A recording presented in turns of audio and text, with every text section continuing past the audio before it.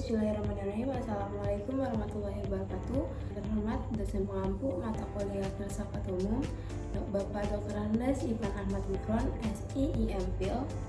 Izin memperkenalkan diri, nama saya Safina Salama dengan NIM 231410132. Baik, di sini saya selaku moderator dan juga sekaligus presentator pertama. Baik, di sini saya bersama dengan 3 presentator lainnya. Yang kedua di sini ada Muhammad Hashim, dan presentator ketiga ada Dini Koni, dan juga yang terakhir presentator keempat yaitu ada Asfa Farila. Baiklah, di sini saya akan menjelaskan tentang definisi aksiologi. Aksiologi berasal dari bahasa Yunani, yaitu aksios yang artinya nilai dan logos yang artinya ilmu atau teori. Dan adapun aksiologi itu artinya teori tentang nilai aspek. Kemudian aksiologi ini memiliki 2 kategori. Yang pertama yaitu aksiologi ialah cabang filsafat yang mengkaji nilai atau kegunaan filsafat. Kemudian yang kedua yaitu memberi nilai pada temuan pemikiran filsafat.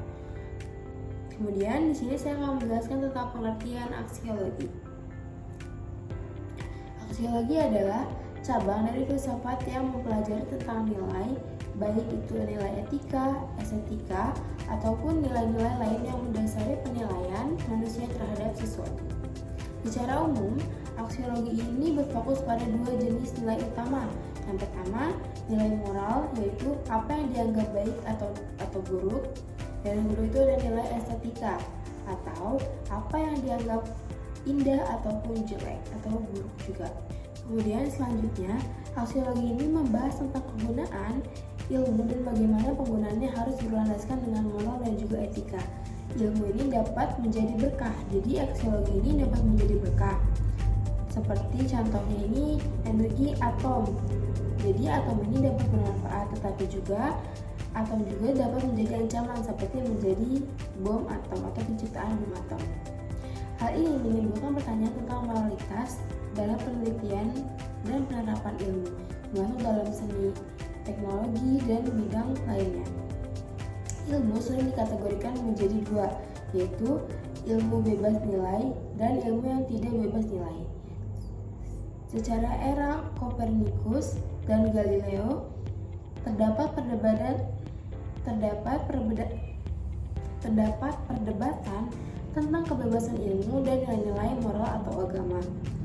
Perjuangan untuk menjadikan ilmu bebas dari ajaran agama memunculkan semangat otonomi keilmuan, tetapi juga hal ini dapat menimbulkan resiko yang dehumanisasi dan juga resiko-resiko lainnya. Baik, mungkin cukup itu yang saya sampaikan. Selanjutnya untuk presentator kedua dipersilakan. Baik, saya akan membacakan karakteristik aksiologi. Yang pertama, menjelaskan pertanyaan berupa untuk apa. Yang kedua, membahas bagaimana manusia menggunakan ilmu pengetahuan. Yang ketiga, membahas tentang manfaat ilmu pengetahuan dan nilai kegunaan ilmu. Yang keempat, menaruh perhatian pada baik dan buruk, benar dan salah, serta tata cara dan tujuan. Lanjut, ada manfaat aksiologi. Aksiologi memberikan manfaat untuk mengantisipasi perkembangan kehidupan manusia yang negatif sehingga ilmu pengetahuan dan teknologi tetap berjalan pada jalur kemanusiaan. Oleh karena itu, daya kerja aksiologi adalah yang pertama, menjaga dan memberikan arah agar proses keilmuan dapat menemukan kebenaran yang hakiki. Yang kedua, dalam pemilihan objek penelaahan dapat dilakukan secara etis yang tidak mengubah kodrat manusia atau merendahkan. Yang ketiga, pengembangan pengetahuan diarahkan untuk meningkatkan taraf hidup yang memprihatinkan kodrat dan martabat manusia serta keseimbangan kelestarian alam lewat pemanfaatan ilmu dan temuan universal. Lanjut, aksiologi terdiri dari 2 hal utama. Yang pertama ada etika. Bagian filsafat nilai dan penilaian membicarakan perilaku orang. Semua perilaku mempunyai nilai dan tidak bebas dari penilaian. Jadi, tidak benar suatu perilaku dikatakan tidak etis dan etis. Yang kedua, ada estetika. Bagian filsafat tentang nilai dan penilaian yang memandang karya manusia dari sudut indah dan jelek. Indah dan jelek adalah pasangan dikotomis dalam artian bahwa yang dipermasalahkan secara esensial adalah penginderaan atau persepsi yang menimbulkan rasa senang dan nyaman pada suatu pihak, rasa tidak senang dan tidak nyaman pada pihak lainnya. Baiklah, saya akan melanjutkan presentasi yang menjelaskan tentang hakikat aksiologi dalam pendidikan Islam. Aksiologi sebagai cabang filsafat ialah ilmu pengetahuan yang menyelidiki hakikat nilai pada umumnya ditinjau dari sudut pandang kefilsafatan. Yang pertama yaitu nilai instruksik, yaitu sesuatu yang dikandung itu sendiri, contohnya nilai yang dikandung sebuah pisau. Dan yang kedua yaitu nilai instrumental, yaitu nilai sesuatu yang bermanfaat atau dapat dikatakan nilai guna. Selanjutnya yaitu nilai-nilai dalam pendidikan Islam. Yang pertama nilai ibadah. Nilai ibadah yaitu pendekatan Islam adalah ibadah yang mendekatkan manusia kepada Allah. Yang kedua nilai ihsan, mengajarkan kebaikan untuk generasi saat ini dan mendatang. Yang ketiga nilai amanah, yaitu ilmu adalah titipan Allah yang dimanfaatkan secara bijak. Dan yang keempat yaitu nilai rahmatan lil alamin, ilmu harus membawa manfaat universal untuk kesejahteraan umat manusia dan alam semesta. Selanjutnya yaitu tujuan pendidikan Islam. Yang pertama untuk membentuk akhlak yang mulia. Yang kedua persiapan untuk kehidupan dunia dan akhirat. Yang ketiga persiapan untuk mencari rezeki dan pemeliharaan segi kemanfaatan. Yang keempat menumbuhkan semangat ilmiah, scientific spirit pada para pelajar.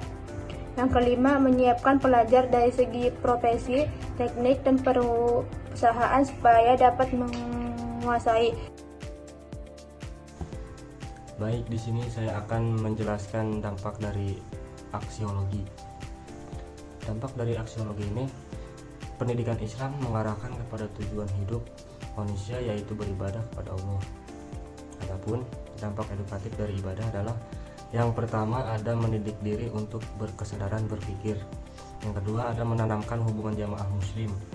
Yang ketiga ada menanamkan kemuliaan diri. Yang keempat mendidik keutuhan selaku muslim yang bersearah diri kepada Allah. Yang kelima keutamaan mendidik. Yang keenam membekali manusia dengan kekuatan rohaniah. Yang terakhir memperbaharui diri dengan taubat. Selanjutnya ada aksiologi dalam praktek pendidikan. Pendidikan Islam harus memandukan aspek spiritual, moral, intelektual, dan sosial. Misalnya, melalui konsep takdib, pendidikan tidak hanya mencakup transfer ilmu atau kognitif, tapi juga pembentukan karakter atau afektif dan keterampilan atau trik motorik. Mungkin itu saja yang bisa saya sampaikan. Sebelumnya saya mohon maaf. Assalamualaikum warahmatullahi wabarakatuh. Baik, terima kasih untuk para presentator. Selanjutnya di sini ada kesimpulan yang menarik dari presentasi yang telah kami sampaikan, yaitu aksiologi merupakan cabang filsafat yang memberikan nilai-nilai, manfaat, dan tujuan dari sebuah ilmu termasuk pendidikan Islam.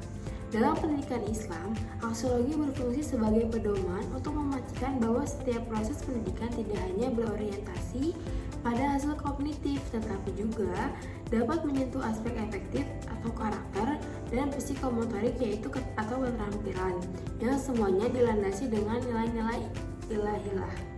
Kemudian, aksiologi dalam pendidikan Islam menekankan pentingnya pendidikan berbasis nilai-nilai ketuhanan, kemanusiaan, dan keseimbangan antara duniawi dan ukhrawi.